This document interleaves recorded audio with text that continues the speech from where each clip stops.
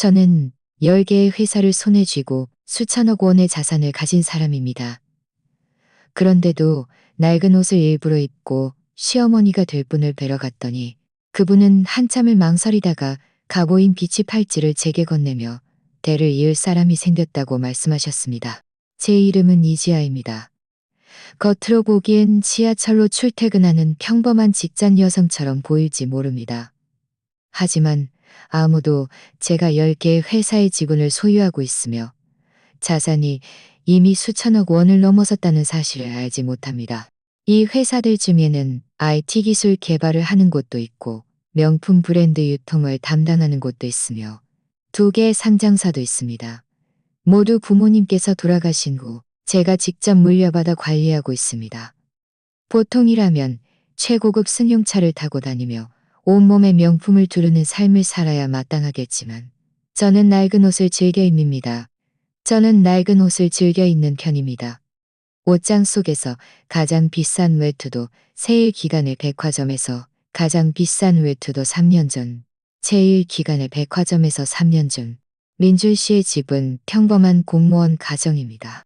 부모님 두 분 다 공기업에 다니시고요. 집안 형편이 나쁜 편은 아니지만 저와 비교하면 차이가 이만저만이 아닙니다. 저희 둘은 봉사활동에서 만났습니다. 민준 씨는 말이 많지 않지만 참 성실한 사람입니다. 어르신이 길을 건너는 것을 보면 먼저 나서서 돕고 아이가 장난감을 잃어버리면 함께 찾아주곤 했습니다. 저는 민준 씨의 이런 진심에 반했습니다. 반년 정도 사귀는 동안 저는 제 진짜 재산에 대해 한 번도 말하지 않았습니다. 그를 믿지 못해서가 아니라 그에게 부담을 줄까봐 걱정되었기 때문입니다. 언젠가 저희가 명품 매장 앞을 지나갈 때 제가 무심코 저 가방 예쁘네요라고 말하자 민준 씨는 인상을 찌푸리며 저런 가방은 수백만 원이나 하는데 너무 낭비해요. 우리 같은 평범한 사람들은 그렇게 비싼 걸 살 필요 없어요 라고 말했습니다. 그때 저는 그가 평범한 사람이라는 정체성을 중요하게 생각하고 헤어지자고 할지도 모른다고요. 그는 정체성을 중요하게 생각하는 사람이라는 것을 알았습니다. 만약 제가 수천억 원대의 자산가라는 것을 알았습니다. 또 한 번은 민준 씨의 동료가 결혼해서 저희를 결혼식에 초대했습니다. 그는 미리 제게 우리 동료들 집안 형편이 다 저랑 비슷해요. 그때 너무 좋은 옷 입고 가지 마세요. 괜히 사람들이 제가 부잣집 달 만났다고 뒷말할까봐 걱정돼요. 구설수에 오르는 건 싫어요라고 말했습니다. 저는 웃으며 알겠다고 했습니다. 일부러 빛이 바랜 낡은 청재킷과 평범한 속탈해 보이네요. 일부러 빛이 바랜 낡은 청재킷과 평범한 속탈해 보이네요. 평소에 차던 시계 대신 몇만 원짜리 전자시계를 샀습니다. 민준 씨는 그 말을 듣고 뿌듯한 미소를 지으며 제 손을 잡고 동료들에게 저를 소개했습니다. 그때 저는 신분을 숨기는 것도 나쁘지 않다고 생각했습니다. 그가 행복하다면 낡은 옷을 입어도 괜찮다고요. 사실 저도 민준 씨에게 솔직하게 말하고 싶었던 적이 있었습니다. 언젠가 제 회사에 문제가 생겨 해외로 이사회에 참석해야 했을 때였습니다. 제가 민준 씨에게 며칠 출장 간다고 말하자 그는 길 조심하고 돈 아끼지 말라며 돈이 부족하면 자기에게 말하라고 당부했습니다. 그의 진지한 모습을 보며 저는 순간 사실 저도 제 회사가 있어요. 이번엔 이사회에 참석하러 가는 거예요. 라고 말하려 했습니다. 하지만 목까지 차올랐던 말이 다시 뱃속으로 들어갔습니다. 그 말을 내뱉는 순간 저희 관계의 균형이 깨질까봐 두려웠기 때문입니다. 제 주변 친구들은 모두 제가 이렇게 스스로를 억누르지 말아야 한다고, 남자친구와는 솔직해야 한다고 충고했습니다. 몇 년째 저와 함께 일한 비서 김민지 씨는 제가 낡은 옷을 입고 민준 씨를 만나러 갈 때마다 걱정스러운 듯 말했습니다. 이지아 대표님, 이건 너무 자기 이상 아닌가요? 최민준 씨가 정말 대표님을 사랑한다면 재산 같은 건 신경 쓰지 않을 거예요. 이렇게 계속 숨기다간 분명 문제가 생길 거예요. 김민지 씨의 말이 일리가 있다는 것을 알았지만 저는 민준 씨를 잃을까봐 감히 모험할 수 없었습니다. 그는 제가 오랜 시간 동안 유일하게 마음을 줬던 남자였습니다. 저희의 사랑이 재산이라는 시험을 견디지 못할까봐 두려웠습니다. 그래서 저는 계속 신분을 씁니다. 평소 민준 씨와 데이트할 때는 저렴한 식당을 선택했고 그가 준 몇만 원짜리 목걸이 같은 선물도 기쁘게 받았습니다. 저도 비슷한 가격대의 선물을 그에게 돌려주었고요. 그는 제가 작은 회사에서 사무직으로 일하며 매달 몇백만 원을 번다고 생각했습니다. 그는 종종 제게 일이 힘들면 그만둬요. 내가 먹여 살릴게요 라고 말했습니다. 저는 매번 웃으며 괜찮아요. 이 일이 좋아요 라고 대답했습니다. 저는 제가 영원히 이렇게 비밀을 유지할 수 있을 거라고 생각했습니다. 그러던 어느 날 민준 씨가 갑자기 제게 말했습니다. 어머님이 가족 식사 자리를 마련하셨으니 정식으로 가족과 친척들을 만나보라고요. 그는 특별히 제게 당부했습니다. 엄마가 그러는데 우리 친척들은 다 소탈한 분들이에요. 그때 너무 화려한 옷 입지 마세요. 괜히 사람들이 제가 돈 씀씀이가 예쁜 여자친구를 만났다고 뒷말할까봐 걱정돼요. 그의 기대에 찬 눈빛을 보며 저는 고개를 끄덕였습니다. 하지만 마음속으로는 조금 불안했습니다. 그의 가족이 저를 무시해도 잠을 수 있고 그의 가족을 만나면 그들이 저를 무시하지 않을까. 제가 민준 씨에게 어울리지 않는다고 생각하지 않을까. 다만 그때는 제가 시댁과의 첫 만남에서 그렇게나 예상치 못한 일들이 벌어질 줄은 몰랐습니다. 그리고 그렇게 오랫동안 숨겨왔던 제 신분이 거의 드러날 뻔했다는 것도요. 민준 씨가 제게 가족 식사에 대해 말한 것은 저희가 자주 가던 작은 국수집에서였습니다. 그날 저녁 그는 소고기 국수 2그릇에 삶은 달걀 2개를 추가하고 제가 좋아하는 고추기름도 넉넉히 넣어주었습니다. 그가 젓가락을 건네주며 한참을 망설이다 입을 열었습니다. 지아 씨, 할 말이 있어요. 엄마가 다음 주에 가족 식사 자리를 마련했는데 당신도 와서 가족들을 만나봤으면 해요. 제 손에 든 젓가락이 멈칫했습니다. 고개를 들어 그를 바라보며 물었습니다. 가족들이라면 민준 씨 부모님과 친척들을 말하는 건가요? 네, 맞아요. 부모님과 이모, 삼촌들이요. 다 저희 집안에서 가장 가까운 분들이죠. 그는 고개를 끄덕였습니다. 그의 눈빛에는 기대감과 함께 약간의 긴장감이 서려 있었습니다. 엄마가 저희가 반년 동안 사귀었으니 이제 가족들이 정식으로 만나봐야 한다고, 앞으로 자주 왕래해야 한다고 하셨어요. 저는 마음이 조금 불안해졌습니다. 손에 든 국수도 먹고 싶은 마음이 사라졌습니다. 조용히 물었습니다. 그럼 민준 씨 가족들은 제 상황을 알고 있나요? 제가 지금 사무직 직원으로 일하고 있다는 것, 그리고 저희가 평소에 만나던 방식 같은 것들이요. 네, 제가 엄마한테 당신이 작은 회사에서 사무직으로 일하고 성격도 좋고 착한 사람이라고 말씀드렸어요. 그는 서둘러 덧붙였습니다. 엄마는 아무 말씀 안 하셨어요. 그냥 만나보고 싶다고 하셨고 특별히 당부하신 게 있다면 그때 소박하게 입고 오라는 거였어요. 너무 좋은 옷 입지 말고요. 저는 순간 멍했습니다. 왜 소박하게 입어야 하는 거죠? 다 친척들 때문이에요. 그는 한숨을 쉬며 젓가락을 내놓았습니다. 이모는 평소에 비교하기를 좋아하세요. 전에 사촌 누나가 회사를 운영하는 남자친구를 만났을 때도 이모는 매일 엄마 앞에서 사촌 누나가 능력이 있어서 돈 많은 남자친구를 만났다고 자랑했거든요. 엄마는 당신이 너무 잘 차려입고 가면 그들이 또 제가 돈 씀씀이가 예쁜 여자친구를 만났다고 뒷말을 할까봐 걱정하시는 거예요. 그의 말을 들으며 저는 기분이 좋지 않았습니다. 사실 제 옷장에는 맞춤 제작된 드레스도 많고 디자이너가 저만을 위해 만든 정장도 있습니다. 아무거나 하나 꺼내도 평범한 옷보다 훨씬 고급스러웠을 겁니다. 하지만 그가 이렇게 말하니 그런 옷을 입고 가면 오히려 그를 곤란하게 할 것 같았습니다. 저는 웃으며 아무렇지 않은 척 말했습니다. 괜찮아요. 소박하게 입으면 되죠. 원래 화려한 옷은 별로 안 좋아해요. 제 말을 들은 그는 분명 안도했습니다. 웃으며 말했습니다. 역시 지아 씨는 현명하네요. 사실 엄마는 좋은 분이세요. 그냥 친척들이 뒷말하는 걸 싫어하실 뿐이니 마음에 두지 마세요. 그때 제가 당신을 보호해 줄 테니 아무도 당신을 무시하지 못하게 할 거예요. 저는 고개를 끄덕이고 더 이상 말없이 국수를 계속 먹었습니다. 하지만 마음속으로는 어떤 옷을 입고 가야 할지 고민하고 있었습니다. 집으로 돌아가는 길에도 민준 씨는 계속 제게 당부했습니다. 그때는 평소에 우리가 데이트할 때 입던 옷을 입고 가면 돼요. 일부러 새 옷 사서 낭비하지 말고요. 우리 엄마는 다 소탈한 분들이라 거칠에는 안 보시고 당신이 좋은 사람인지 아닌지만 보실 거예요. 알겠어요.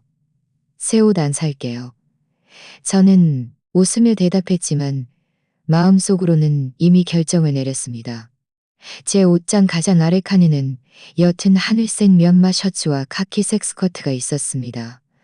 둘 다 2년 전 저렴한 가게에서 산 것으로 여러 번 빨아서 색이 좀 바랬지만 평소에는 거의 입지 않던 옷입니다. 이번에 마침 잘 입고 갈 수 있을 것 같았습니다. 그 면마 셔츠 소매 끝에는 작은 자수 무늬가 있었는데 할머니가 살아계실 때 제게 가르쳐 주신 자수이자 저희 집안의 상징이기도 합니다.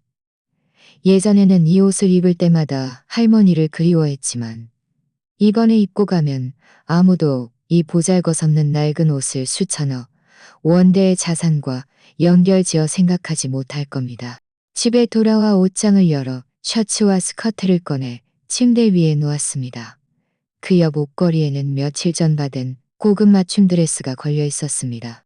이탈리아 디자이너가 저만을 위해 디자인한 것으로 작고 섬세한 진주가 박혀 있었고 맞춤 제작 비용만 해도 이 작은 아파트의 전세금에 버금가는 가격이었습니다.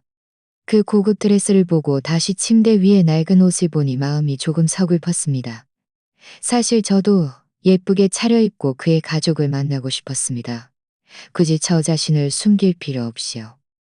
하지만 민준 씨의 긴장한 모습과 친척들이 뒷말할까봐 하지만 민준 씨의 긴장한 모습과 친척들이 뒷말할까봐 다음 날 아침 회사에 출근하자 비서 김민지 씨는 또다시 저를 설득했습니다. 이지아 대표님, 정말 낡은 옷을 입고 최민준 씨의 가족을 만나러 가실 거예요? 차라리 제가 좀 더 격식 있어 보이면서도 평범해 보이는 맞춤 정장을 준비해 드릴까요? 겉으로는 평범해 보여도 고급스러운 느낌이라 아무도 가격은 눈치채지 못할 거고 그래도 대표님이 체면을 차릴 수 있을 텐데요. 괜찮아요. 민지 씨. 제가 고른 낡은 옷으로 충분해요. 저는 고개를 저었습니다. 민지 씨가 특별히 소박하게 입고 오라고 했어요. 그를 곤란하게 하고 싶지 않아요. 그리고 가족을 만나는데 가장 중요한 건 섬이지 옷의 가격이 아니잖아요. 김민지 씨는 한숨을 쉬었습니다. 대표님은 최민주 씨를 너무 배려하시는 거예요. 나중에 그쪽 가족들이 대표님을 무시할까봐 걱정돼서 마음 아프실까봐요. 괜찮아요. 민준 씨가 저를 보호해 줄 거예요. 저는 웃으며 말했지만 마음속으로는 여전히 불안했습니다. 그의 가족이 제 평범한 사무직 신분을 무시하는 것은 두렵지 않았습니다. 두려운 것은 그들이 제가 낡은 옷을 입었다는 이유로 제가 민준 씨에게 어울리지 않는다고 생각하여 저를 무시하고 그때 민준 씨가 중간에서 곤란해질까 봐였습니다. 며칠 동안 민준 씨는 매일 제게 옷은 준비됐는지 새 옷은 사지 않았는지 거듭 확인했습니다. 그때 제가 데리러 갈게요. 우리 일찍 가서 엄마 돕자고요. 제가 엄마한테 당신이 담백한 음식을 좋아한다고 말했으니 그때 채소 요리를 몇 가지 더 해달라고 할 거예요. 매번 그가 확인할 때마다 저는 웃으며 다 준비됐어요. 걱정 마세요. 라고 대답했습니다. 사실 저는 이미 만찬의 모든 과정을 머릿속으로 시뮬레이션 했습니다. 30분 일찍 그의 집에 도착해서 어머님을 도와 상을 차리고 그분과 이야기를 나누며 좋은 인상을 남길 것. 식사 중에는 말을 아끼고 그들이 하는 이야기에 귀 기울이며 친척들과 충돌하지 않을 것. 만찬이 끝나면 가족들에게 작별 인사를 하고 민준 씨와 조용히 떠날 것. 모든 것이 제가 생각한 대로 순조롭게 진행대로, 순조롭게 진행대로 순조롭게. 하지만 출발 전날 민준 씨가 또 전화했습니다. 목소리에 약간의 긴장감이 서려 있었습니다. 지아 씨, 할 말이 있어요. 방금 엄마가 그러는데 사촌 누나도 온대요.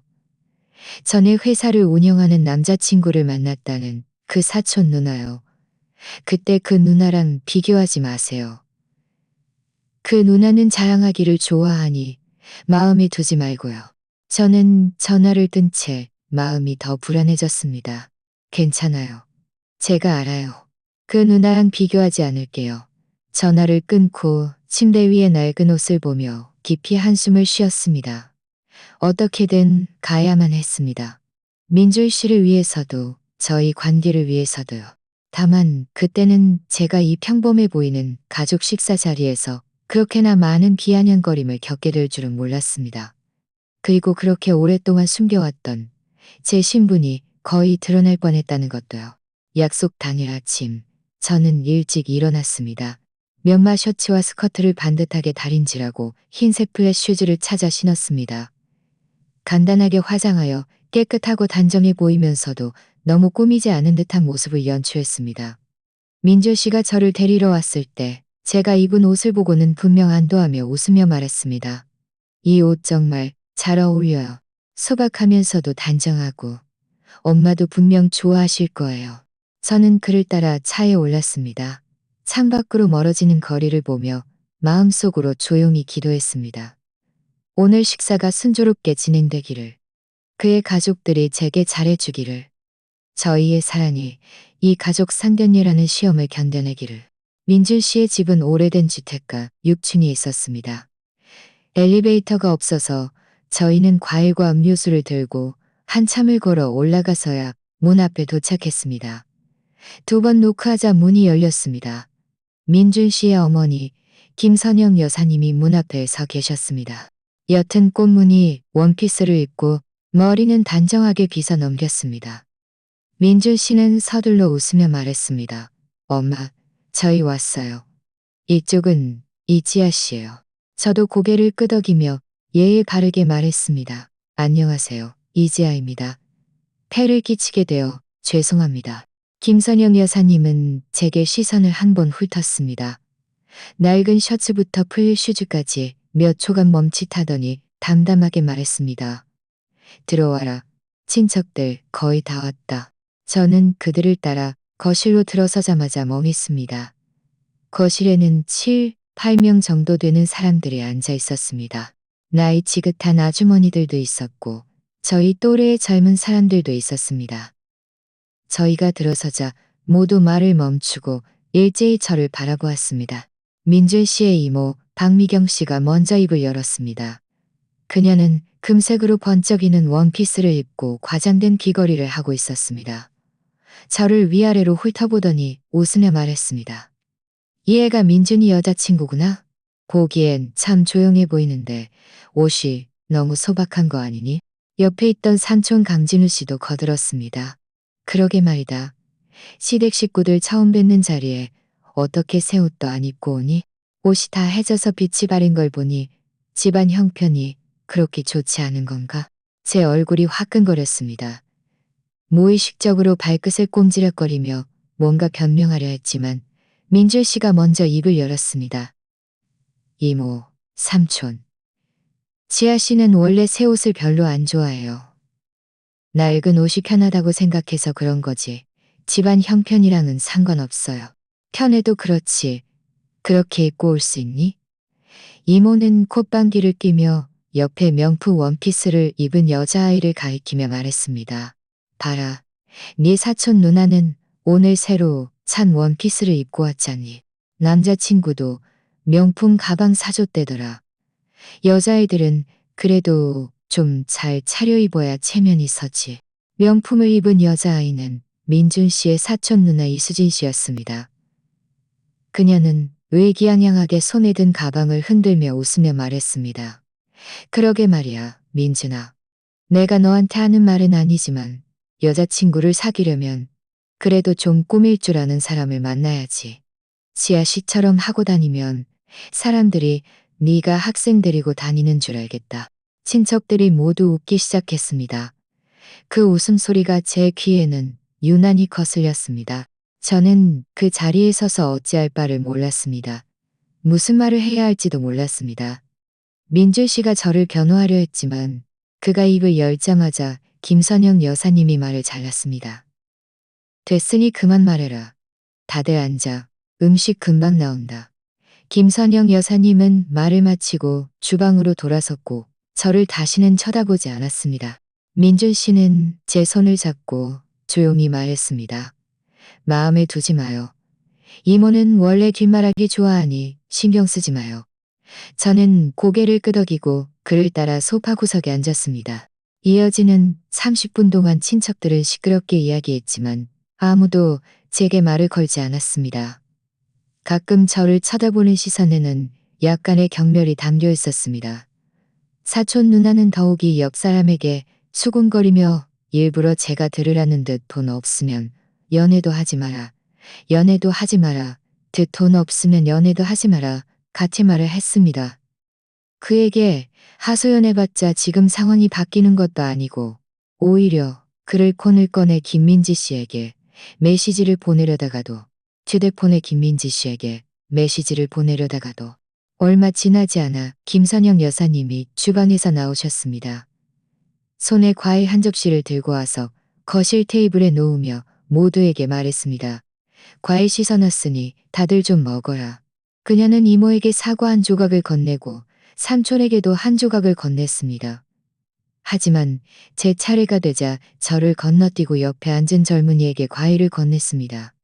제가 내밀었던 손은 허공에서 멈췄다가 조용히 다시 거두어졌습니다. 김선영 여사님도 친척들처럼 제가 낡은 옷을 입어서 민준 씨에게 어울리지 않는다고 생각하고 저를 싫어하는 모양이었습니다. 민준 씨는 그 모습을 보고 서둘러 사과 한 조각을 집어 제게 건네며 조용히 말했습니다. 먹어요. 엄마가 못 꼬신 것 같아요. 저는 사과를 받았지만 먹고 싶은 마음이 없어 손에 든 채 만지작거렸습니다. 그때 사촌 누나가 갑자기 다가와 웃으며 제게 물었습니다. 이지아 씨, 민준이랑 반년 사귀었다고 했죠? 지금 무슨 일해요? 한 달에 얼마 벌어요? 저는 조용히 대답했습니다. 작은 회사에서 사무직으로 일하고 있어요. 한 달에 몇백만 원 정도 벌어요. 몇백만 원이요? 사촌 누나는 과장된 소리를 지르며 말했습니다. 그건 너무 적잖아요. 저는 지금 남자친구 회사에서 일 도와주는데 한 달에 몇 천만 원도 벌어요. 민준이도 월급이 많지 않은데 나중에 결혼해서 집 사고 차 사려면 다 문제겠네. 삼촌도 거들었습니다. 그러게 말이다, 민준아. 내가 보기에 너는 다시 한번 생각해보는 게 좋겠다. 조건 좋은 사람을 만나야 나중에 편하게 살지. 네 사촌 누나를 봐라. 회사를 운영하는 남자친구를 만나서 나중에 돈 걱정 없이 살잖니. 민준 씨의 얼굴색이 좋지 않았습니다. 그는 자리에서 일어나 말했습니다. 삼촌, 저랑 지아 씨는 진심으로 사랑하는 사이예요. 돈이랑은 상관없어요. 저희 나중에 열심히 돈 벌어서 분명 잘 살 거예요. 열심히 벌어서 뭐하니? 이모는 한숨을 쉬었습니다. 요즘 세상에 돈 없으면 힘들어. 네가 조건 좋은 사람을 만나면 10년은 덜 고생할 거다. 바로 그때 김선영 여사님이 주방에서 앞치마를 들고 나오셨습니다. 그들의 말을 듣고는 인상을 찌푸리며 말했습니다. 식사 시간이다. 쓸데없는 소리 하지 말고 다들 손 씻어라. 친척들은 그제야 입을 다물고 모두 손을 씻으러 갔습니다. 민준 씨는 제 손을 잡고 미안한 듯 말했습니다. 미안해요, 지아 씨. 당신에게 상처를 줬네요. 저는 고개를 저으며 억지로 웃으며 말했습니다. 괜찮아요. 식사해요. 다른 사람들 기분 망치지 말고요. 식사 중에도 저는 민준 씨 옆에 앉아 거의 말을 하지 않았습니다. 그저 묵묵히 밥을 먹을 뿐이었습니다. 김선영 여사님은 상석에 앉아 가끔 친척들에게 반찬을 더 주었지만 제게는 한 번도 주지 않았고 한마디도 하지 않았습니다. 그저 가끔 저를 흘긋 보았는데 그 눈빛의 복잡한 의미를 저는 알 수 없었습니다. 사촌 누나는 계속해서 자랑했습니다. 한 번은 남자친구가 보석을 사줬다고 하고 또 한 번은 다음 달에 해외여행을 갈 준비 중이라고 했습니다. 저는 너무나도 답답해서 이 식사가 빨리 끝나기를 바랐지만 중간에 일어날 수도 없어서 억지로 앉아 있었습니다. 식사 중간쯤 사촌 누나가 갑자기 술잔을 들고 제 앞으로 다가와 웃으며 말했습니다. 이지아 씨, 처음 뵙는 자리인데 제가 한 잔 올릴게요. 민준 씨랑 앞으로 더 행복하게 잘 지내세요. 저는 서둘러 일어서며 말했습니다. 저는 술 못 마셔서 죄송합니다. 어떻게 술을 못 마셔요? 사촌 누나는 일부러 술잔을 제 앞으로 더 내밀었습니다. 친척들 처음 뵙는 자리인데 한 잔 정도는 괜찮지 않아요? 혹시 저를 무시하는 건 아니죠? 저는 좀 난처해서 민준 씨를 바라보았습니다. 민준 씨는 서둘러 말했습니다. 사촌 누나, 지아 씨는 정말 술 못 마셔요. 제가 대신 마실게요. 네가 대신 마시면 안 되지. 사촌 누나는 콧방귀를 끼며 말했습니다. 이건 나랑 지아 씨의 첫 잔이니 반드시 본인이 마셔야지. 바로 그때 김선영 여사님이 갑자기 입을 열었습니다. 됐으니 술 못 마시면 억지로 마시지 마라. 식사해라. 사촌 누나는 순간 멍했습니다. 불만스러운 듯 말했습니다. 엄마, 저 그냥 지아 씨랑 농담한 거예요. 농담도 그만해라. 밥 먹어. 김선영 여사님의 목소리에는 약간의 엄숙함이 섞여 있었습니다. 사촌 누나는 더 이상 말하지 못하고 풀이 죽어 제자리로 돌아갔습니다. 저는 안도하며 김선영 여사님을 감사한 눈빛으로 바라보았습니다. 하지만 그녀는 저를 보지 않고 계속 밥을 먹었습니다. 저는 마음속으로 더 의아했습니다. 김선영 여사님이 저를 정말 싫어하는 건지 아니면 저를 돕는 건지. 이후 식탁에서는 친척들이 더 이상 노골적으로 비아냥거리지 않았지만 여전히 가끔 눈빛으로 저를 훑어보거나 조용히 수군거렸습니다. 저는 더 이상 신경 쓰지 않고 빨리 식사를 마치고 떠나고 싶었습니다. 하지만 더 난처한 상황이 기다리고 있을 줄은 몰랐습니다. 식사를 마친 후 사촌 누나는 일부러 제 낡은 셔츠에 차를 쏟았습니다. 식사가 끝나자 모두 거실에 앉아 차를 마셨습니다. 제가 김선영 여사님에게 설거지를 돕겠다고 말하려 막 일어서려는데 사촌 누나가 뜨거운 차 한 잔을 들고 다가왔습니다. 입으로는 이지아 씨, 수고하셨어요. 차 한 잔 드세요. 라고 말했습니다. 제가 막 손을 내밀어 받으려는데 그녀는 갑자기 아이쿠 하고 소리를 지르며 손을 떨었고 뜨거운 차 한 잔이 제 셔츠 위에 모두 쏟아졌습니다. 뜨거운 차가 셔츠를 따라 흘러내렸고 저는 무의식적으로 한 발짝 뒤로 물러섰지만 무의식적으로 한 짝 뒤로 물러섰지만 팔에는 여전히 살짝 붉은 기가 사촌 누나는 서두로 대었습니다. 미안해요. 그녀는 입으로는 사과했지만 눈에는 뿌듯함이 가득했습니다. 옆에 있던 이모는 그녀를 말리기는커녕 거들었습니다. 괜찮아. 젊은 사람들이 손이 미끄러질 수도 있지. 이지아 씨, 이 옷 너무 얇은 거 아니니? 정말 싸구려 옷인가 보네. 차라리 우리 언니 낡은 옷을 입는 게 낫겠다. 이것보단 나을 거야. 저는 가슴팍에 넓게 젖은 셔츠를 내려다보며 화나고 서글펐습니다. 이 셔츠는 낡았지만 할머니가 제게 가르쳐 주신 목련꽃 자수가 놓여 있어 제게는 의미가 남달랐습니다. 이제 축축하게 젖어버렸는데 그들이 이렇게 말하니 눈물이 왈칵 쏟아질 것 같았습니다. 민준 씨는 서둘러 일어서서 제 앞에 서서 화난 듯 말했습니다. 사촌 누나, 어떻게 그렇게 조심성이 없어요? 지아 씨 옷이 다 젖었는데 빈정거리는 말이나 하고 내가 일부러 그런 거 아니라고 했잖아. 사촌 누나는 입술을 삐죽거리며 김선영 여사님을 바라보았습니다. 엄마, 민준이가 나를 나무라잖아요. 김선영 여사님이 아직 아무 말도 하지 않았는데 삼촌이 먼저 입을 열었습니다. 민준아, 호들갑 덜지 마라. 낡은 옷 한 벌 가지고 뭘 그래. 젖었으면 다시 사면 되는 거지. 네 사촌 누나가 일부러 그런 것도 아닌데 네가 이렇게 감싸는 걸 보니 우리가 그 애를 괴롭히는 것처럼 보이잖니. 그러게 말이다. 이모도 거들었습니다. 낡은 옷 한 벌 가지고 뭘 그렇게 화를 내니? 민준아, 내가 보기에 너는 그 애한테 홀려서 정신을 못 차리는 것 같구나. 나중에 결혼하면 분명 고생할 거야. 민준 씨가 더 반박하려 하자 저는 그의 팔을 잡아당기며 조용히 말했습니다. 괜찮아요. 화 안 났어요. 사실 화가 나지 않은 것은 아니었지만 민준 씨가 중간에서 곤란해지는 것을 원치 않았습니다. 그가 친척들과 싸우기 시작하면 김선영 여사님도 분명 기분 나빠하실 것이고 저에 대한 인상도 더 나빠질 테니까요. 바로 그때 김선영 여사님이 갑자기 일어서서 제 앞으로 다가왔습니다. 사촌 누나도 이모도 보지 않고 제 젖은 셔츠, 특히 소매 끝에 목련꽃 자수를 한참 동안 응시하더니 입을 열었습니다.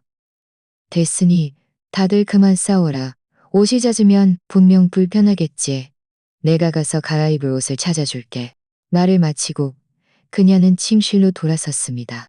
얼마 지나지 않아 옅은 하늘색 면 티셔츠를 들고 나와 제게 건넸습니다. 이건 내가 한 번도 안 입은 새 옷이다. 일단 갈아입어라. 감기 걸리지 말고. 저는 옷을 받아들며 조금 의외였습니다. 서둘러 말했습니다. 김선영 여사님, 정말 감사합니다. 태를 끼치게 되어 죄송합니다. 괜찮다. 화장실 가서 갈아입고 와라. 김선영 여사님은 살짝 웃었습니다. 오늘 그녀가 제게 처음으로 미소를 지어준 것이었습니다. 비록 아주 옅은 미소였지만 제 마음은 따뜻해졌습니다. 저는 옷을 들고 화장실에 가서 갈아입고 나왔습니다. 거실은 아까보다 훨씬 조용해져 있었습니다. 친척들은 아무 말도 하지 않고 가끔 서로에게 눈빛을 주고받을 뿐이었습니다. 김선영 여사님은 소파에 앉아 찻잔을 들고 있다가 제가 나오는 것을 보고는 옆에 빈자리를 가리키며 말했습니다. 여기 앉아라. 방금 차를 우렸으니 좀 마셔서 몸을 따뜻하게 해라. 저는 다가가 앉아 그녀가 건네는 찻잔을 받았습니다. 찻잔의 온기만으로도 마음이 따뜻해졌습니다.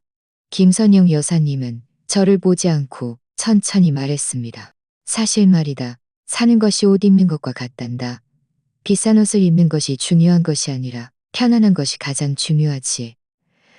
우리 집도 비록 크게 부유한 집안은 아니지만 가족들이 서로 배려하며 살면 그것으로 충분하단다. 이것이 우리 집안의 가풍이다. 우리는 성실함을 중요하게 생각하고 사람의 마음을 보지 돈을 보지 않는다. 저는 순간 멍했습니다. 그녀가 갑자기 이런 말을 할 줄은 몰랐습니다. 서둘러 고개를 끄덕였습니다. 김선영 여사님 말씀이 맞습니다. 가풍은 정말 중요합니다. 가족들이 서로 이해하며 살아야 행복하게 살 수 있습니다. 김선영 여사님은 저를 바라보았습니다. 그녀의 눈빛에는 약간의 깊이가 담겨 있었습니다. 네가 그렇게 생각하니 정말 좋구나. 사실 우리 집에는 할머니께서 물려주신 오래된 물건이 하나 더 있다. 빛이 팔찌인데 값비싼 물건은 아니고 그냥 오래된 팔찌다. 세대째 내려온 갑오인데 성실하고 가풍을 지킬 수 있는 며느리에게 물려주라고 하셨지. 그냥 하나의 추억 같은 거란다. 제 마음이 쿵 내려앉았습니다. 그녀가 갑자기 이런 말을 하는 것은 저를 시험하는 것일까요? 저는 아무렇지 않은 척 말했습니다. 그 팔찌는 정말 의미가 깊네요. 가족의 유산을 상징하는 것이니 값비싼 물건보다 더 귀한 보물입니다. 김선영 여사님은 고개를 끄덕였습니다. 그녀의 입가에 미소가 살짝 걸렸습니다. 네가 참 현명하게 보는구나. 많은 사람들이 비치를 보면 얼마짜리인지부터 생각하지만 그 뒤에 담긴 의미는 잊어버리지. 사실 물건은 중요하지 않다. 중요한 것은 그 물건을 가진 사람이 가풍을 지킬 수 있는지, 가족들과 잘 지낼 수 있는지, 가족들과 잘 지낼 수 있는지. 저는 웃으며 말했습니다. 김선영 여사님 말씀이 맞습니다. 사람의 마음이 바르고 가풍이 올바르다면 귀한 물건이 있든 없든 행복하게 살 수 있습니다. 김선영 여사님은 더 이상 말하지 않고 저를 한참 동안 응시했습니다. 그녀의 눈빛 속 복잡함이 줄어들고 제가 알 수 없는 인정의 빛이 더해진 것 같았습니다. 옆에 있던 사촌 누나가 끼어들려 했지만 이모가 팔을 잡아당겨 말을 삼켰습니다. 민줄 씨는 제 옆에 앉아 조용히 제 손을 잡으며 말을 삼켰습니다. 엄마가 오늘 당신한테 정말 잘해주는 것 같아요. 분명 당신을 좋아하시는 거죠. 김선영 여사님의 말이 단순히 가풍에 대한 이야기였을까요? 아니면 저를 시험하는 것이었을까요? 그녀가 언급한 빛이 팔찌는 또 무슨 의미일까요? 제가 고민하는 동안 김선영 여사님이 갑자기 일어서서 말했습니다. 시간이 늦었으니 과일 좀 가져다 줄게. 너희는 더 이야기하고 있어라. 그녀는 주방으로 돌아섰습니다. 사촌 누나는 서둘러 다가와 제게 조용히 말했습니다. 엄마가 너한테 잘해준다고 해서 너를 좋아하는 거라고 착각하지 마. 그냥 예의상 그런 거지. 우리 집안 가보는 아무나 가질 수 있는 게 아니거든. 꿈도 꾸지 마. 저는 그녀를 무시했지만 마음속으로는 더 의아했습니다. 사촌 누나는 김선영 여사님이 비취 팔찌를 언급할 줄 어떻게 알았을까요? 설마 김선영 여사님이 전에 그녀에게 뭔가 말한 적이 있을까요? 얼마 지나지 않아 김선영 여사님이 주방에서 나오셨습니다. 손에 잘라놓은 오렌지 한 접시를 들고 와서 거실 테이블에 놓으며 말했습니다. 다들 과일 좀 먹어라. 사온 건데 정말 달다. 그녀는 오렌지 반쪽을 집어 제게 건네며 말했습니다. 먹어봐. 안 달면 말하고. 저는 오렌지를 받아 한 입 베어 물었습니다. 정말 달았습니다.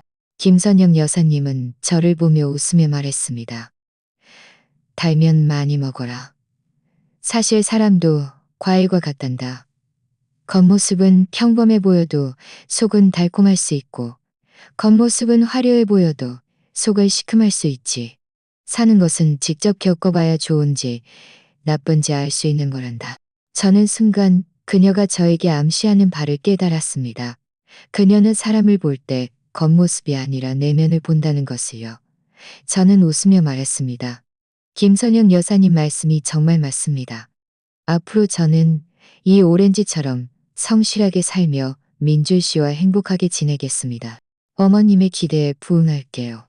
김선영 여사님은 고개를 끄덕이고 더 이상 말하지 않았습니다. 다만 그녀의 눈빛 속 인정이 또 조금 더해진 것 같았습니다. 옆에 있던 친척들은 저희 둘의 대화를 지켜보며 모두 얼굴색이 좋지 않았습니다. 특히 사촌 누나는 얼굴이 거의 일그러져 있었습니다. 저는 김선영 여사님이 저에 대한 태도를 천천히 바꾸고 있다는 것을 알았습니다. 하지만 그녀가 다음번에 더 저를 놀라게 할 일을 하집니다. 그때는 제가 김선영 여사님이 제 셔츠의 목련꽃 자수를 알아보았고 제 진짜 신분을 이미 알고 있었다는 것을 몰랐습니다. 그녀의 이전의 냉담함과 시험은 모두 제가 높은 재산 때문에 최씨 집안을 무시하고 민준 씨를 무시할까봐 두려워서였던 것입니다. 그리고 이 평범해 보이는 가족 식사 자리는 처음부터 저에 대한 그녀의 시험이었던 것입니다. 오렌지를 먹고 나니 거실의 분위기가 조금 풀렸습니다. 하지만 사촌 누나가 저를 보는 눈빛은 여전히 적대감이 서려 있었고 가끔 이모에게 조용히 수군거렸습니다. 무슨 말을 하는지는 알 수 없었습니다. 저는 더 이상 신경 쓰지 않고 좀 더 앉아 있다가 민준 씨와 함께 떠나서 더 이상 문제가 생기지 않도록 하려고 생각했습니다. 하지만 10분도 채 지나지 않아 사촌 누나가 갑자기 다시 일어서서 제 앞으로 다가왔습니다. 제가 입고 있는 김선영 여사님입니다.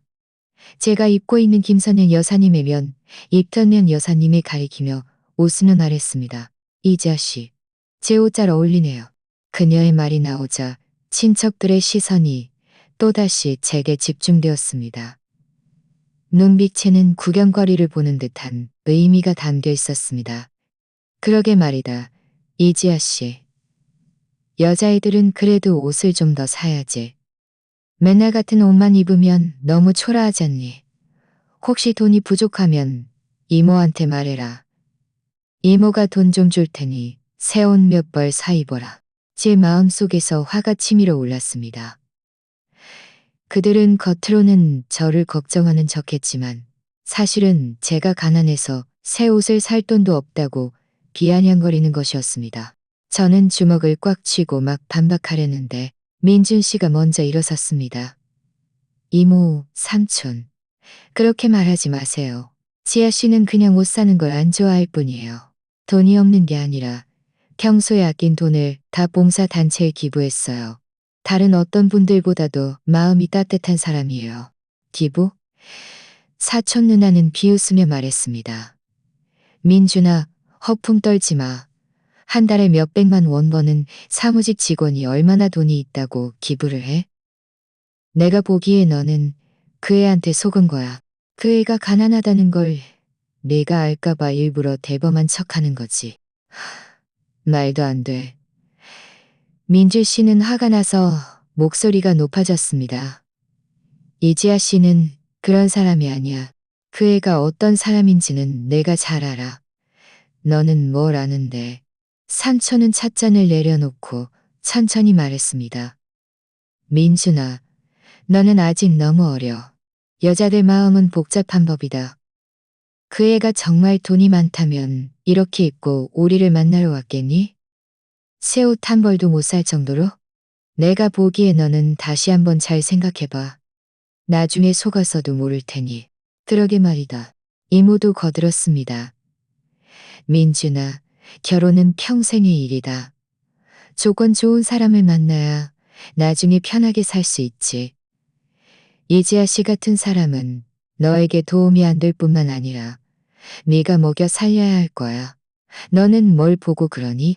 민준 씨가 그들과 더 논쟁하려 하자 저는 그의 팔을 잡아당기며 조용히 말했습니다.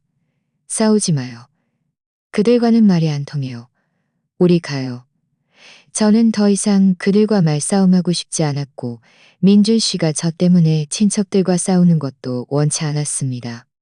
김선영 여사님을 곤란하게 하는 것은 더더욱 원치 않았습니다. 하지만 사촌 누나는 막무가내로 저희 앞을 가로막으며 말했습니다. 왜? 내 말이 맞아서 도망가고 싶은 거야?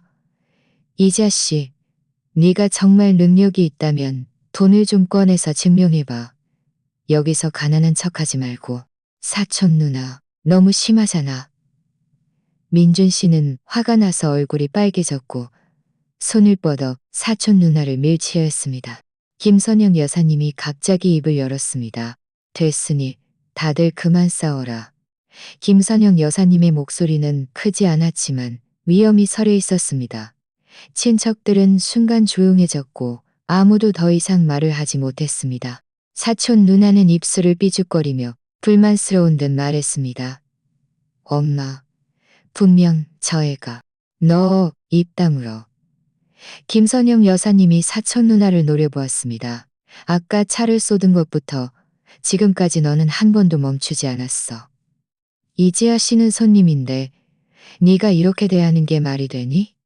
우리 집안 가풍은 손님을 이렇게 대하라고 가르쳤니?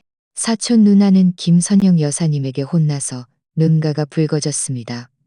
서글픈 듯 말했습니다. 그냥 농담한 거잖아요. 제가 이렇게 소심한 줄 누가 알았겠어요. 농담도 정도껏 해야지. 김선영 여사님의 목소리가 더 엄격해졌습니다. 오늘 내 모습을 봐라. 화려하게 차려입고 입으로는 좋은 말 한마디도 하지 않고 내가 말한 가풍과는 거리가 멀구나. 네가 계속 이러면 앞으로 나랑 같이 사람들 만날 생각도 하지 마. 사촌 누나는 더 이상 말하지 못하고 고개를 숙였습니다. 눈물이 뚝뚝 떨어졌습니다. 이모가 대신 말하려 했지만 김선영 여사님이 그녀를 쳐다보자 이모도 말을 삼켰습니다. 거실은 무섭도록 조용했습니다. 아무도 말을 하지 못했고 오직 사촌 누나의 가끔 들리는 훌쩍이는 소리만 있었습니다. 저는 김선영 여사님을 보며 감사함이 가득했습니다. 그녀는 분명 이 일에 상관하지 않을 수도 있었고 심지어 친척들 말에 동조하여 저를 몇 마디 할 수도 있었습니다. 하지만 그녀는 나서서 저를 보호하고 심지어 딸을 혼냈습니다. 김선영 여사님은 깊이 한숨을 쉬고 제 앞으로 다가왔습니다. 목소리가 훨씬 부드러워졌습니다. 이지아 씨, 미안하다. 당신에게 상처를 줬구나. 다 내가 딸을 제대로 가르치지 못해서 내게 우스운 모습을 보였네. 저는 서둘러 말했습니다. 김선영 여사님, 그렇게 말씀하지 마세요. 어머님 잘못도 아니고 사촌 누나 잘못도 아닙니다. 제가 부주의해서 다른 분들이 오해하게 만든 겁니다. 오해인지 아닌지는 내가 잘 안다. 김선영 여사님은 저를 바라보았습니다. 그녀의 눈빛에는 미안함이 가득했습니다. 사실 네가 들어올 때부터 나는 알아봤어. 너는 성실하고 현명한 아이라는 것을. 그들이 말하는 것처럼 그런 사람이 아니라는 것을. 내가 그때 그들을 제때 말리지 못해서 내게 이렇게 많은 상처를 줬구나. 바로 그때 민준 씨가 갑자기 입을 열었습니다. 엄마, 사실 지아 씨는 사무직 직원이 아니에요. 그 애는 제 마음이 쿵 내려앉았습니다. 서둘러 민준 씨의 팔을 잡아당기며 그에게 더 이상 말하지 말라고 했습니다. 저는 아직 제 진짜 신분을 말할 준비가 되지 않았고 이런 자리에서 드러내고 싶지도 않았습니다. 민준 씨는 저를 바라보고는 제 의도를 알아차리고 남은 말을 삼켰습니다. 그저 조용히 말했습니다. 엄마, 지아 씨는 좋은 사람이에요. 친척들 말 듣지 마세요. 김선영 여사님은 고개를 끄덕이고 더 이상 묻지 않았습니다. 그저 말했습니다. 알겠다. 그들 말 듣지 않을게. 시간이 늦었으니 내가 가서 뭘 좀 가져다 줄게. 너희는 잠시만 기다려. 말을 마치고 그녀는 침실로 돌아섰고 문을 닫았습니다. 친척들은 서로를 바라보며 아무도 말을 하지 못했습니다. 사촌 누나는 눈물을 닦고 저를 노려보더니 소파에 앉아 뚱하게 있었습니다. 저는 소파에 앉아 마음이 불안했습니다. 김선영 여사님은 뭘 가져오려는 걸까? 그녀가 저를 보호하는 것은 정말 저를 인정한다는 뜻일까? 민준 씨가 제 신분을 거의 말할 뻔했는데 김선영 여사님이 알게 되면 어떻게 생각할까? 대략 10분쯤 지났을까? 침실 문이 열리고 김선영 여사님이 나왔습니다. 손에 붉은색 비단 상자를 들고 있었습니다. 상자는 꽤 낡아 보였고 그 위에는 섬세한 꽃무늬가 수놓아져 있었습니다. 그녀는 제 앞으로 다가와 비단 상자를 열었습니다.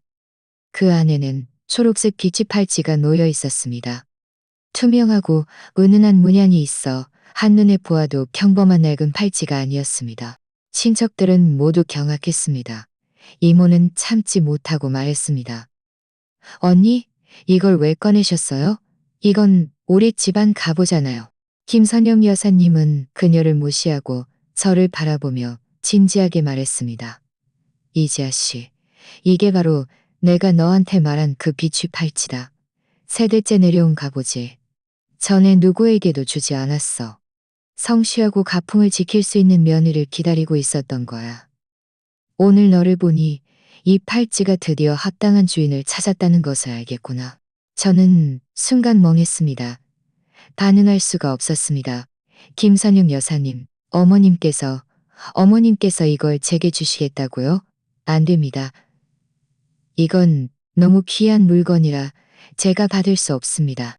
귀하고 안 귀하고의 문제가 아니다. 이건 마음이다. 김선영 여사님은 비치 팔찌를 들어 제 손목에 살며시 채워주었습니다. 이 팔찌가 나를 이렇게 오랜 시간 동안 따라다녔는데 오늘 드디어 대를 이을 사람이 생겼구나. 네가 이 팔찌를 차고 있으면 앞으로 우리 최씨 집안 사람이 되는 거다. 네가 민준이랑 잘 살고 우리 집안의 가풍을 지키며 서로 배려하고 서로 도우며 살기를 바란다.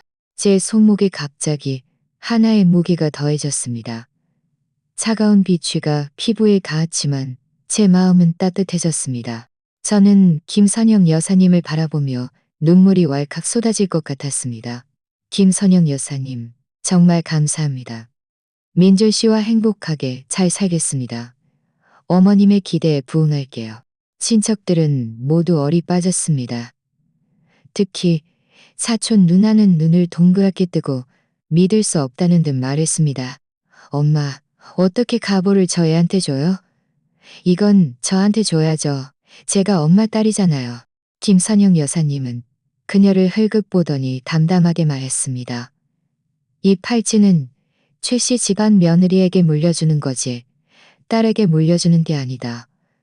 그리고 오늘 네 모습을 봐라. 네가 이 팔찌를 찰 자격이나 있니? 사촌 누나는 화가 나서 말을 잇지 못했고 다시 눈물을 흘렸습니다. 이모가 대신 말하려 했지만 김선영 여사님은 그에게 기회를 주지 않고 말했습니다. 시간이 늦었으니 다들 돌아가 봐야 할 것 같구나. 더 붙잡지 않겠다. 나중에 시간 되면 다시 와라. 친척들은 어쩔 수 없이 일어서서 풀이 죽어 돌아갔습니다. 사촌 누나는 돌아갈 때 제 손목에 비취 팔찌를 한 번 흘끗 보았고 눈빛에는 질투가 가득해 보았고 거실은 드디어 조용해졌고 저와 민준 씨, 김선영 여사님 세 사람만 남았습니다. 민준 씨는 제 손목에 비취 팔찌를 보고 놀란 듯 말했습니다. 엄마, 정말 가보를 치아 씨한테 주신 거예요? 이건 너무 갑작스럽잖아요. 김선영 여사님은 웃으며 말했습니다. 갑작스러운 게 아니다. 나는 이미 오래전부터 생각하고 있었어. 사실 나는 이미 이지아 씨의 신분을 알고 있었고 그 애가 일부러 낡은 옷을 입고 우리를 만나러 온 이유도 알고 있었다. 저와 민줄 씨는 모두 경악했습니다. 동시에 말했습니다. 어머님께서 벌써 알고 계셨다고요? 김선영 여사님은 고개를 끄덕이고 소파에 앉아 저희에게 옛 이야기를 해주었습니다. 그녀가 젊었을 때 제 할머니의 공장에서 일한 적이 있었다는 것입니다. 제 할머니가 수놓은 목련꽃 자수도 보았고 저희 집안 사정도 알고 있었다고요. 오늘 제 셔츠의 목련꽃 자수를 보고는 저를 알아보았던 것입니다. 제가 일부러 신분을 숨겨 민준 씨에게 부담을 줄까봐 걱정했다는 것을 알았고요. 그녀의 이전의 냉담함과 시험은 모두 제가 높은 재산 때문에 최 씨 집안을 무시하고 민준 씨를 무시할까봐 두려워서였던 것입니다. 김선영 여사님의 말을 들으며 저는 감동으로 가득했습니다. 그녀는 줄곧 알고 있었지만 저를 드러내지 않았고 오히려 친척들 앞에서 저를 보호하고 가보를 제게 주었습니다. 민준 씨도 경악했습니다. 저를 바라보며 미안한 듯 말했습니다. 지아 씨, 미안해요. 저는 당신의 신분을 전혀 몰랐고 당신이 낡은 옷을 입고 이렇게 많은 상처를 받게 했네요. 저는 고개를 저으며 웃으며 말했습니다. 괜찮아요. 저 상처받지 않았어요. 이제 민준 씨도 알았고 김선영 여사님도 알았으니 앞으로는 더 이상 숨길 필요 없어요. 행복하게 잘 살 수 있을 거예요. 김선영 여사님은 고개를 끄덕이며 말했습니다. 그래, 앞으로는 더 이상 숨길 필요 없다. 너희가 재산이 많든 적든 너희가 잘 살고 서로 배려하는 것이 너의 가장 큰 소원이다.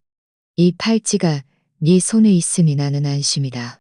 저는 손목에 비취 팔찌를 보고 다시 민준 씨와 김선영 여사님을 바라보았습니다. 마음은 행복으로 가득했습니다.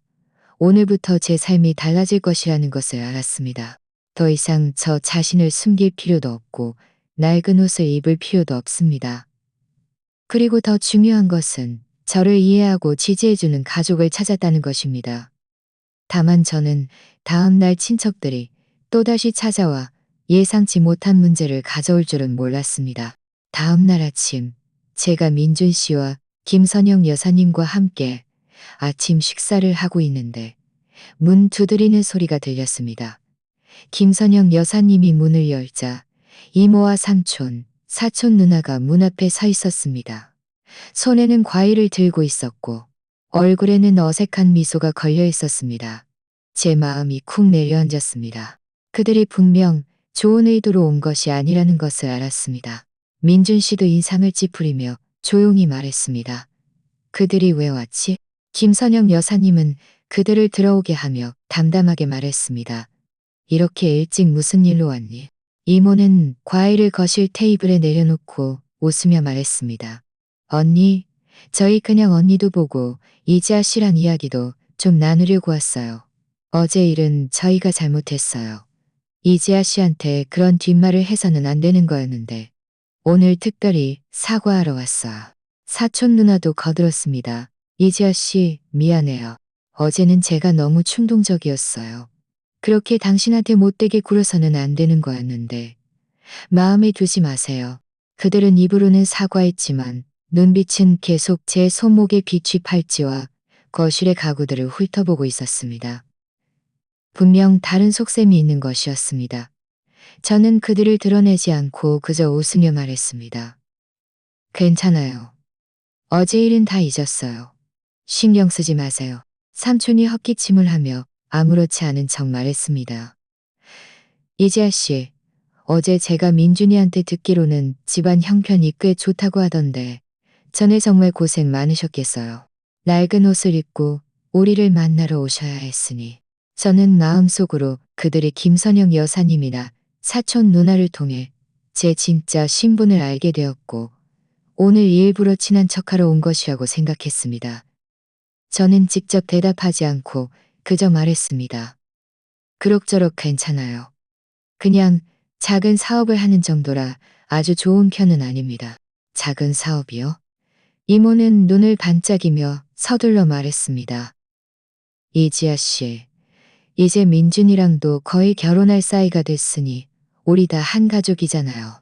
우리 사촌 오빠가 요즘 창업하고 싶어 하는데 시작 자금이 좀 부족하대요.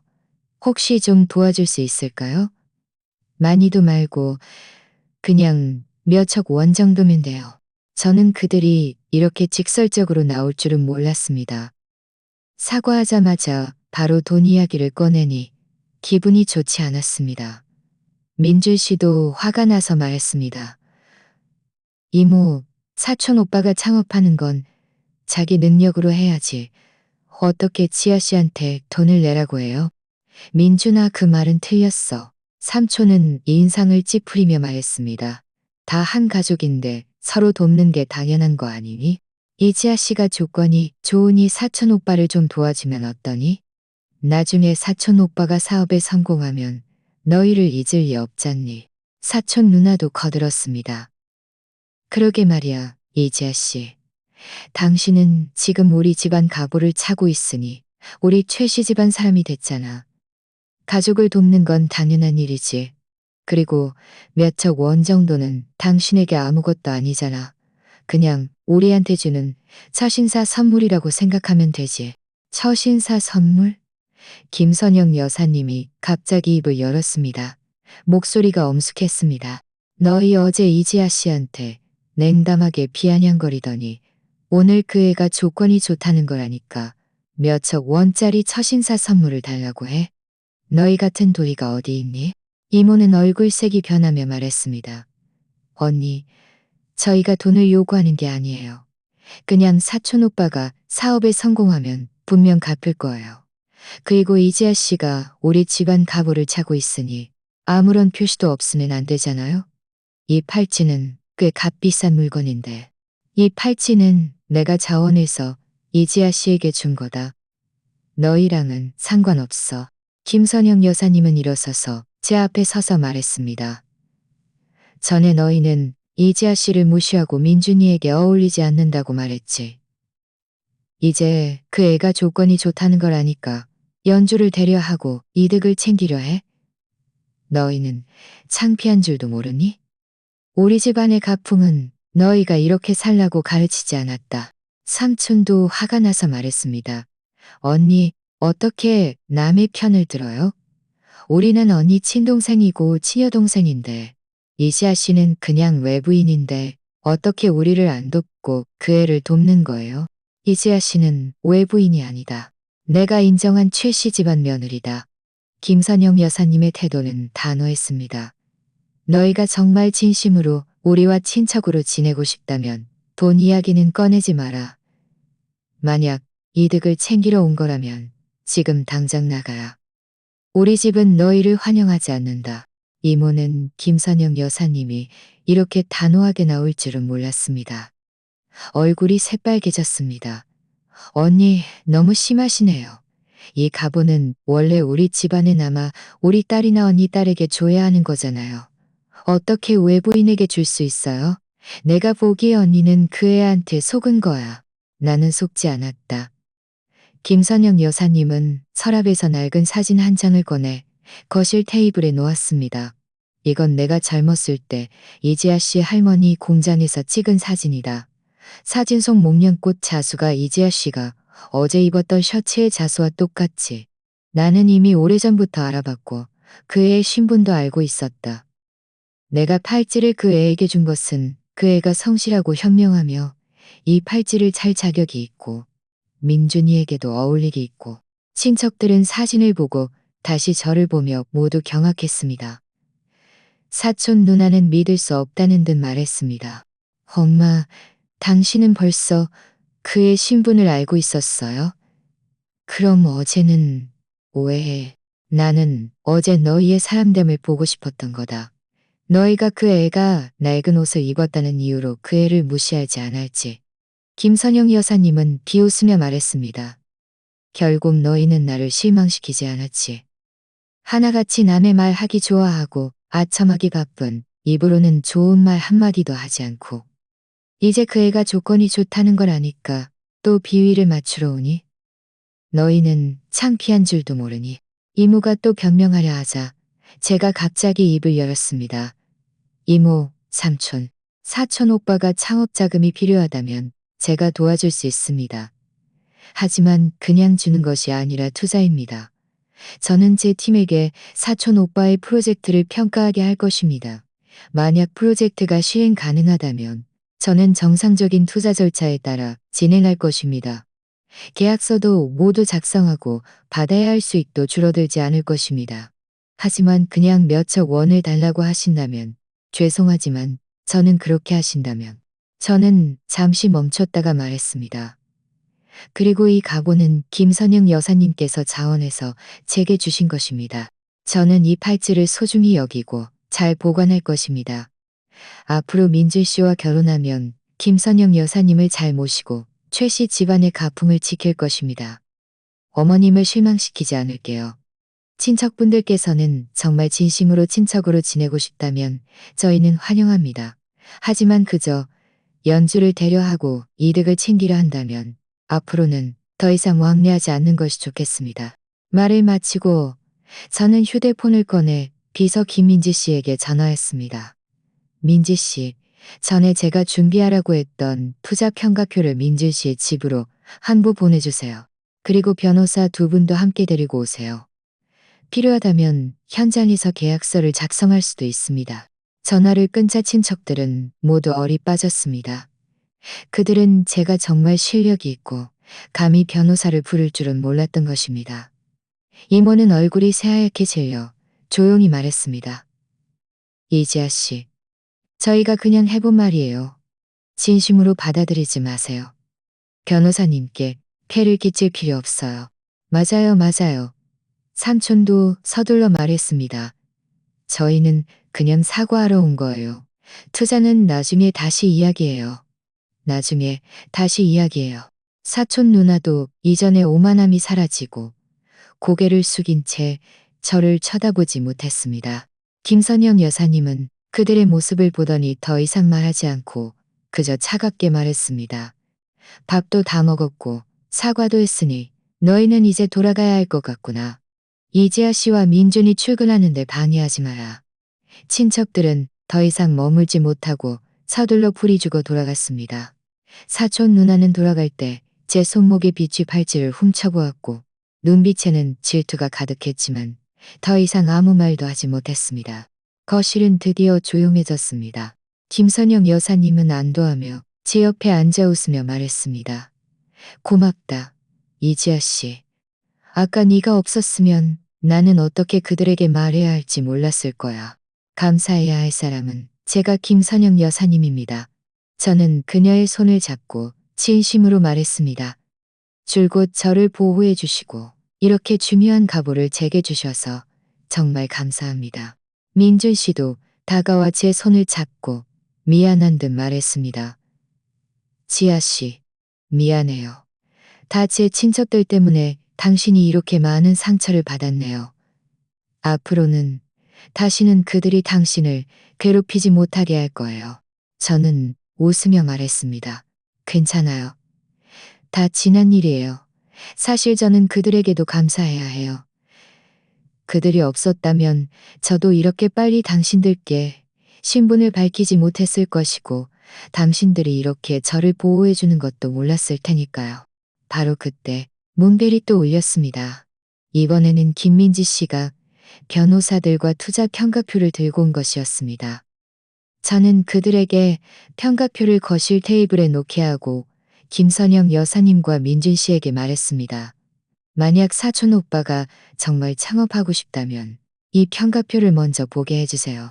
모르는 것이 있다면 언제든지 제게 물어보라고요. 저는 이모와 삼촌의 행동은 마음에 들지 않았지만 그들 때문에 사촌 오빠의 미래에 영향을 주고 싶지는 않았습니다. 김선영 여사님은 고개를 끄덕이며 흐뭇한 듯 말했습니다. 네가 그렇게 생각하니 정말 좋구나. 민준아, 앞으로 이지아 씨한테 잘해줘야 한다. 그 애를 실망시키지 마라. 민준 씨는 진지하게 고개를 끄덕였습니다. 그럴게요. 엄마, 저는 평생 지아 씨한테 잘할 거예요. 한치의 상처도 주지 않을게요. 저는 그들을 보며 행복으로 가득했습니다. 갑오 때문에 시작된 이 소동이 드디어 끝났다는 것을 알았습니다. 그리고 저와 민준 씨, 김선영 여사님의 관계도 이 소동 덕분에 더욱 친밀하고 굳건해졌습니다. 다만 저는 며칠 후 사촌 누나가 또다시 저를 찾아와 예상치 못한 소식을 가져올 줄은 몰랐습니다.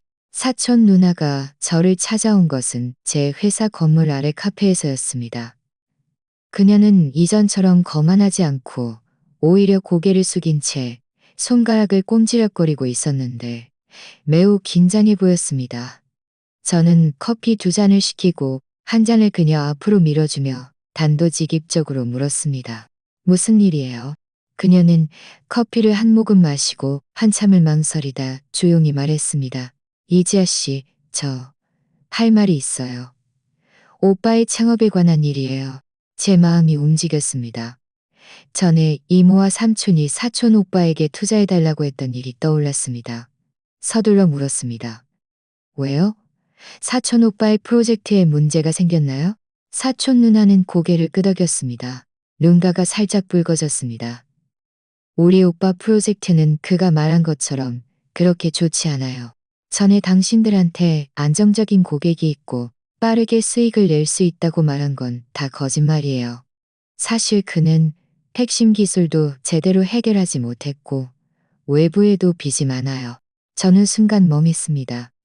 전에 김민지 씨에게 평가를 맡겼을 때 사촌 오빠의 프로젝트에 약간의 문제가 있다고 생각했지만 이렇게 심각할 줄은 몰랐습니다. 저는 서둘러 물었습니다. 어떻게 알았어요?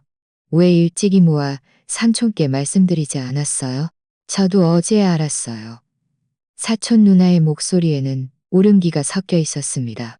어제 제가 우연히 오빠의 장부를 봤는데 5천만 원이 넘는 빚이 적혀 있었어요. 그리고 여러 협력업체들은 물건을 받지 못해서 이미 오빠랑 협력 관계를 끊었더라고요. 제가 무슨 일이냐고 물으니 오빠는 저한테 주제넘게 굴지 말라고 화를 내면서 아무한테도 말하지 말라고 했어요.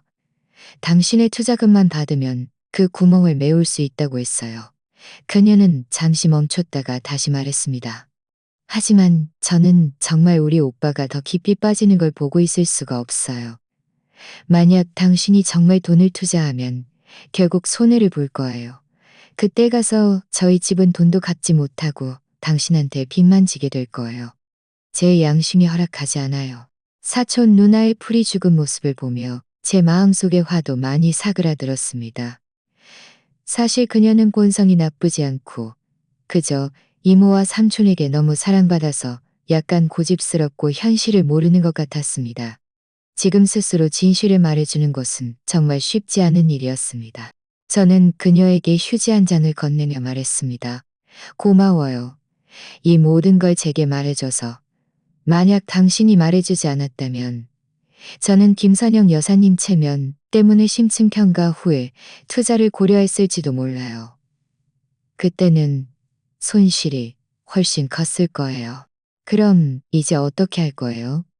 사촌 누나가 걱정스러운 듯 물었습니다.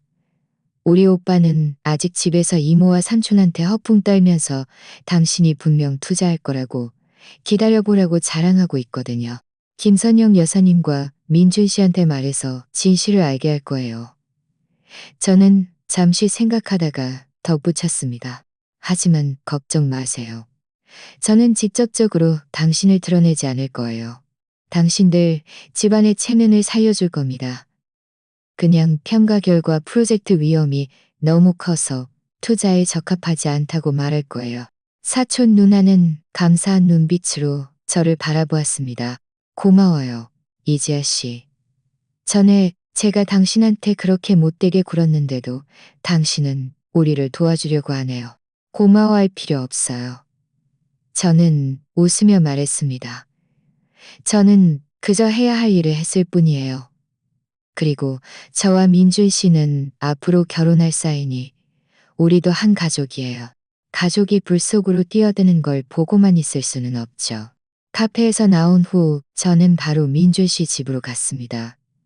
김선영 여사님과 민준 씨는 거실에서 텔레비전을 보고 있다가 제가 돌아오는 것을 보고 서둘러 일어섰습니다.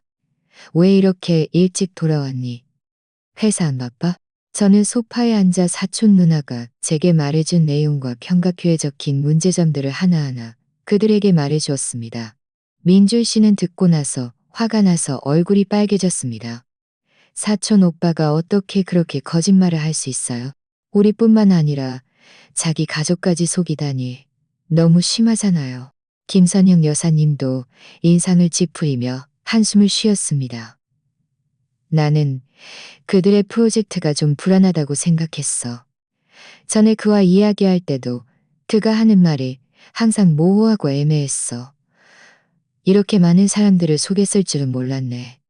다행히 네가 투자하지 않아서 망정이지. 아니었으면 손실이 컸을 거야.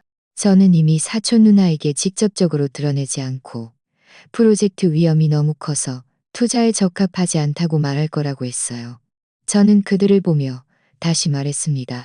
사실 제 회사는 전에 비슷한 상황을 많이 겪었어요. 많은 창업자들이 투자를 받기 위해 프로젝트의 장점을 과장하고 단점을 숨기곤 합니다. 그래서 저희는 매번 투자하기 전에 상세한 배경 조사와 위험 평가를 진행해서 만전을 기합니다. 민준 씨는 저를 바라보았습니다. 그의 눈빛에는 존경심이 가득했습니다. 당신 정말 대단하네요. 회사를 이렇게 잘 운영할 뿐만 아니라 이렇게 꼼꼼하기까지 하다니. 만약 저였다면 분명 벌써 속았을 거예요. 저는 웃으며 아무 말도 하지 않았습니다. 김선영 여사님이 갑자기 입을 열었습니다. 이지아 씨, 사실 내가 너한테 할 말이 하나 더 있다. 전에 너한테 말하지 않았는데 내가 젊었을 때 네 할머니 공장에서 일했을 뿐만 아니라 네 할머니에게 은혜를 입은 적이 있다. 그때 우리 집이 가난하고 아이도 어렸는데 네 할머니는 내 월급을 올려주셨을 뿐만 아니라 내가 돈을 더 벌어서 가족을 먹여 살릴 수 있도록 다른 일자리도 찾아주셨지. 그녀는 잠시 멈췄다가 눈에 감사함이 가득한 채로 말했습니다. 어제 네 셔츠의 목련꽃 자수를 보고서야 네가 그분의 손녀라는 것을 알았어. 내가 바로 네 신분을 드러내지 않은 것은 네가 높은 재산 때문에 우리 같은 평범한 가정을 무시하고 민준이가 너에게 어울리지 않는다고 생각할까봐 두려워서였던 거야. 저는 김선영 여사님과 제 할머니 사이에 이렇게 깊은 인연이 있을 줄은 몰랐습니다. 마음은 감동으로 가득했습니다. 김선영 여사님, 그렇게 말씀하지 마세요. 제 할머님은 항상 제게 은혜를 아는 사람이 되라고 말씀하셨어요. 어머님께서 오늘날의 삶을 사시는 것은 모두 어머님의 노력 덕분입니다. 제 할머니와는 상관없습니다. 그리고 저는 민준 씨가 저에게 어울리지 않는다고 생각한 적이 단 한 번도 없습니다. 제가 그를 좋아하는 것은 그가 성실하고 진심이기 때문입니다. 이런 것들은 돈으로 살 수 없는 것들이죠. 민준 씨는 제 손을 잡고 미안한 듯 말했습니다. 지아 씨, 미안해요. 전에 저는 당신의 신분을 전혀 몰랐고 당신이 낡은 옷을 입고 그렇게 많은 상처를 받게 했네요. 이제 알았어요.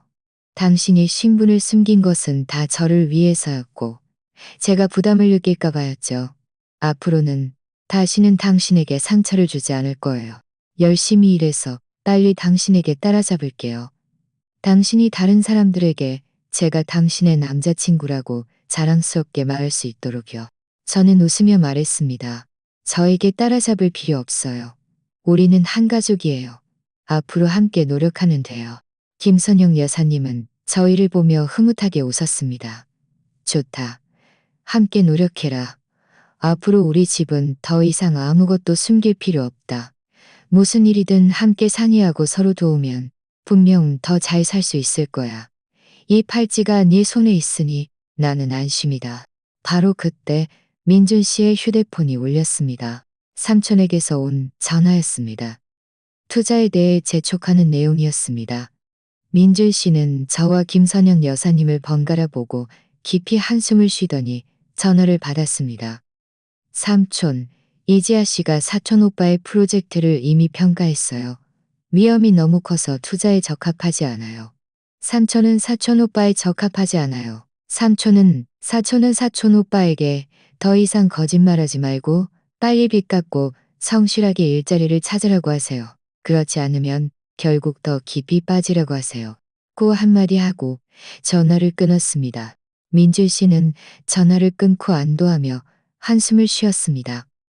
드디어 그들에게 확실히 말해줬으니 앞으로는 더 이상 그들에게 시달릴 필요 없겠네요. 저는 고개를 끄덕였고 마음도 많이 가벼워졌습니다. 신분과 투자 때문에 시작된 이 소동이 드디어 완전히 끝났다는 것을 알았습니다. 그리고 저와 민준 씨, 김선영 여사님의 관계도 이 소동 덕분에 더욱 솔직하고 굳건해졌습니다. 다만 저는 며칠 후 이모가 또다시 저를 찾아와 예상치 못한 부탁을 가져올 줄은 몰랐습니다. 이모가 저를 찾아온 것은 직접 제 회사로였습니다. 그녀는 지난번처럼 과일을 들고 오지 않고 빈손으로 왔습니다. 얼굴에는 조심스러운 미소가 가득했고 안내 데스크 뒤에 서 있다가 저를 보고는 서둘러 다가왔습니다. 이지아 씨, 이모가 할 말이 좀 있는데 잠깐 이야기할 수 있을까? 저는 그녀를 접견실로 안내하고 비서에게 차 한 잔을 타오라고 했습니다. 단도직입적으로 물었습니다. 이모, 무슨 일이에요? 사촌 오빠 일인가요? 이모는 손을 비비며 한숨을 쉬고 말했습니다. 그래, 그럼 무슨 일이겠니? 네 사촌 오빠 사업이 망해서 빚도 아직 못 갚고 매일 집에서 얼굴을 찌푸리고 있단다. 너랑 삼촌이랑 한참을 의논했는데 네 회사 이렇게 큰데 혹시 사촌 오빠한테 일자리 하나 마련해 줄 수 없을까 해서. 높은 직책은 아니어도 돼. 아무 부서라도 괜찮으니 그냥 안정적인 수입만 있어서 천천히 빚 갚게 해주면 돼. 저는 그녀가 사촌 오빠의 일자리 때문에 온 것이라고 이미 짐작하고 있었기에 그리 놀라지 않았습니다. 그저 침착하게 말했습니다. 이모, 제 회사는 정식 절차가 있습니다. 누구든 면접과 평가를 거쳐야만 입사할 수 있습니다. 제가 돕고 싶지 않아서가 아니라 회사의 규칙이 있기 때문에 제가 사적인 관계로 규칙을 깰 수는 없습니다. 규칙이 다 네가 정한 거 아니니? 이모는 조급해져서 목소리가 살짝 높아졌습니다.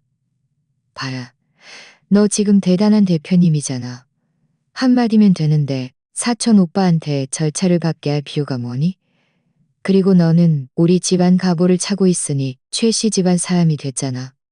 가족을 돕는 건 당연한 거 아니니? 그 말은 저를 조금 불편하게 만들었습니다. 저는 손에 든 찻잔을 내려놓고 목소리도 살짝 차가워졌습니다.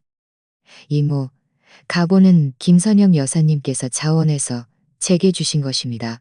저라는 사람을 인정해 주신 것이지 제가 그것을 이용해 인맥을 쌓고 거래를 하라고 주신 것이 아닙니다.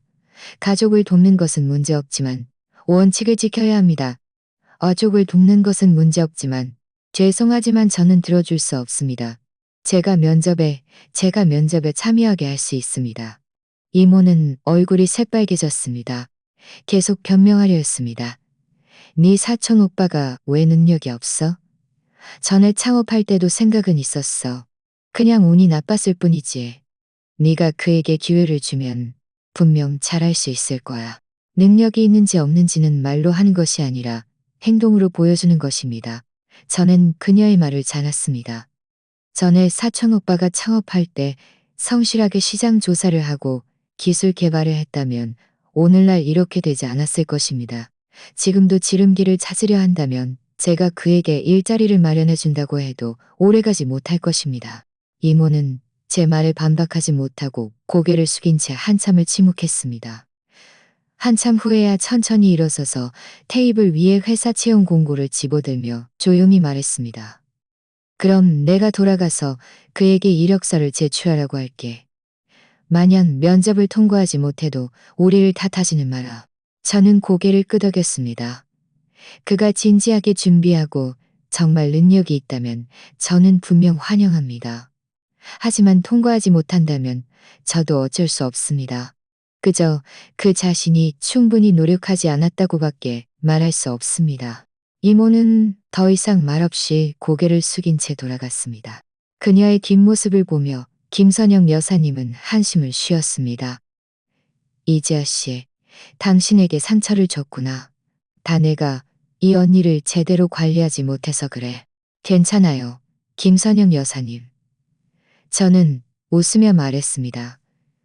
어머님께서 제 편을 들어주신 것만으로도 저는 이미 충분히 감사해요. 사실 이모도 사촌 오빠를 위해서였을 거예요. 다만 방법이 틀렸을 뿐이죠.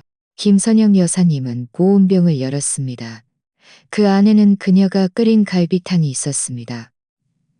네가 바쁘면 식사를 제때 못 챙길까봐 특별히 끓여온 거다. 빨리 좀 마셔서 몸보신해라. 제 마음은 따뜻해졌습니다. 탕 그릇을 받아들고 조금씩 마셨습니다. 김선영 옆에 앉아 저를 흐뭇하게 보며 말했습니다. 지금 생각하니 그때 가보를 너한테 준 것은 정말 잘한 선택이었구나. 너는 성실하고 현명할 뿐만 아니라 원칙을 지키고 분별력이 있어. 내 조카 딸보다 훨씬 낫다. 앞으로 민준이가 너랑 함께하면 나는 안심이다. 나중에 사촌 오빠는 정말 이력서를 제출하고 면접에 참여했습니다. 하지만 아쉽게도 그는 전문적인 기술이 없었고 면접 때 기본적인 사무 프로그램조차 능숙하게 사용하지 못했습니다. 결국 통과하지 못했습니다. 이모는 그 사실을 알고 나서 더 이상 저를 찾아오지 않았습니다. 다만 가끔 가족 채팅방에 일상생활을 올릴 뿐 다시는 제게 도움을 요청하는 말을 하지 않았습니다.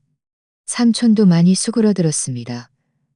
명절 모임 때 저를 보면 먼저 인사를 건네고 다시는 그런 세속적인 말을 하지 않았습니다. 저와 민준 씨의 사랑도 더욱 안정적이 되었습니다. 그는 제가 할머니의 목련꽃을 좋아한다는 것을 알고 일부러 자수를 배워 제게 목련꽃 13고리를 수놓아 주었습니다.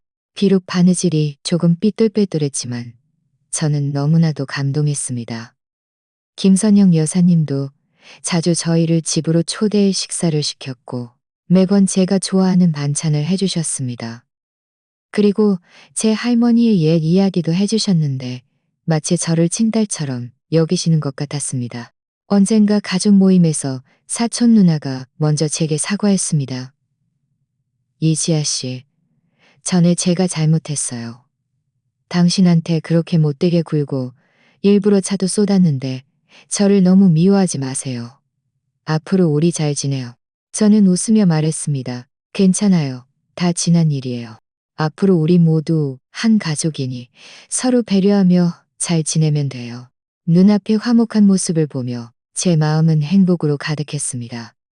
수천억 원의 자산과 갑옷 때문에 시작된 이 소동이 드디어 완전히 막을 내렸다는 것을 알았습니다. 저는 재산으로 사람을 누르지도 않았고 친척들의 세속적인 태도 때문에 원칙을 포기하지도 않았습니다. 오히려 저만의 방식으로 그들의 존경을 얻었고 사랑을 지켜냈습니다. 이제 저는 더 이상 낡은 옷을 입고 신분을 숨길 필요가 없습니다. 당당하게 민준 씨와 함께 회사 행사에 참여할 수도 있고 김선영 여사님과 함께 쇼핑을 하거나 가족 이야기를 나눌 수도 있습니다. 저희 사이에는 재산 차이 때문에 생긴 거리감이 없었고 오히려 함께 겪은 이 일들 덕분에 더욱 친밀하고 평등한 관계가 되었습니다. 저는 드디어 진정한 행복은 돈으로 쌓아 올리는 것이 아니라 서로 존중하고 서로 배려하는 진심에서 비롯된다는 것을 저와 민준 씨 그리고 김선영 여사님은 이 진심을 가지고 앞으로의 삶을 더욱 행복하게 살아갈 것입니다. 자, 오늘의 이야기는 여기까지입니다. 시청해 주셔서 감사합니다.